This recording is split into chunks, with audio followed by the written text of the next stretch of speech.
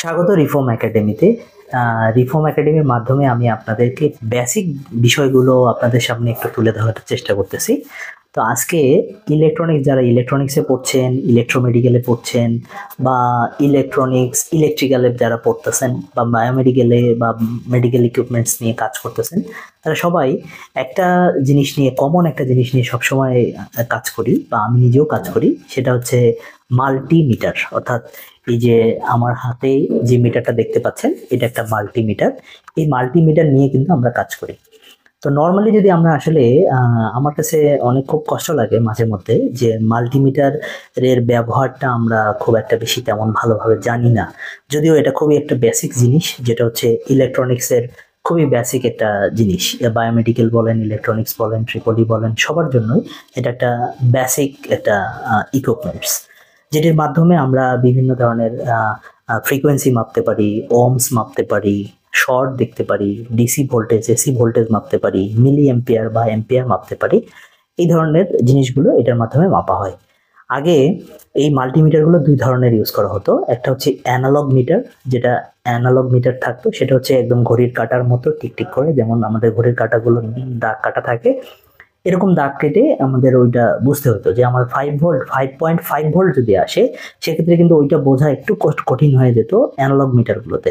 এখনো বিভিন্ন আপনারা দেখবেন যারা টিভি সারায় বা এই ধরনের যারা মেকানিক্স আছেন বা অন্য যারা আছেন, তারা কিন্তু বেশিরভাগ অ্যানালগ মিটারগুলোতে বেশি প্রেফার করেন, কারণ অ্যানালগ মিটারগুলোতে মোর দ্যান অ্যাকুরেট রেজাল্ট পাওয়া যায়। তার থেকেও বেশি অ্যাকুরেট রেজাল্ট পাওয়া যায় হচ্ছে এই ধরনের ডিজিটাল মিটারগুলোতে। তো এই ডিজিটাল মডেলগুলো হচ্ছে যে আপনাকে এখানে কোনো কিছু সিলেক্ট করতে হয় না, রেঞ্জ সিলেক্ট করতে হয় না। জাস্ট আপনি ভোল্ট মাপতে যাচ্ছেন, জাস্ট ভোল্ট ধরে দিলেই ও অটোমেটিক ডিটেক্ট করে নেয় যে আমার এখানে কতটুকু আছে, এবং সেটা এক্সাক্ট ভ্যালুটা এখানে শো করে। তো বিষয়টা হলো যে মাল্টিমিটার আসলে কি? মাল্টি মানে হচ্ছে বহু, আর মিটার মানে হচ্ছে পরিমাপ করা। অর্থাৎ অনেক কিছু যখন একসঙ্গে পরিমাপ করা হয়, তখন সেটাকে আসলে আমরা মাল্টি বলি বা বহু বলি। তো ধরেন এই মিটারটার মাধ্যমে আমরা যেমন resistor, capacitor, voltage, milli ampere, এগুলো সবগুলো মাপতে পারি, জন্যই এই মিটারটাকে আমরা বলছি মাল্টিমিটার। এবং এটা যেহেতু রিপ্রেজেন্ট করে, তাই এটাকে আমরা বলছি ডিজিটাল মাল্টিমিটার।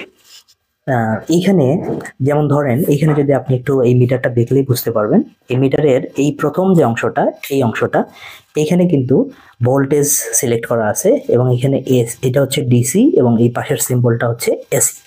এখান থেকে রেঞ্জ সিলেক্ট করা যায়। এই যে এখানে রেঞ্জ, এই রেঞ্জ কিন্তু আমরা বিভিন্নভাবে সিলেক্ট করতে পারি।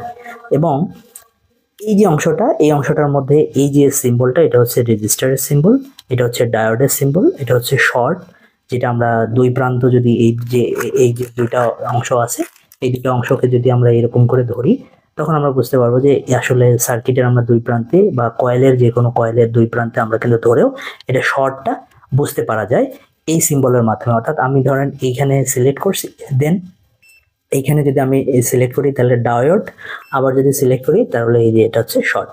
যখন শর্ট আসবে তখন জাস্ট এই যে ধরলেই এরকম একটা শব্দ হয়, তখন বোঝা যায় যে আসলে আমার মিটারটা শর্টে আছে।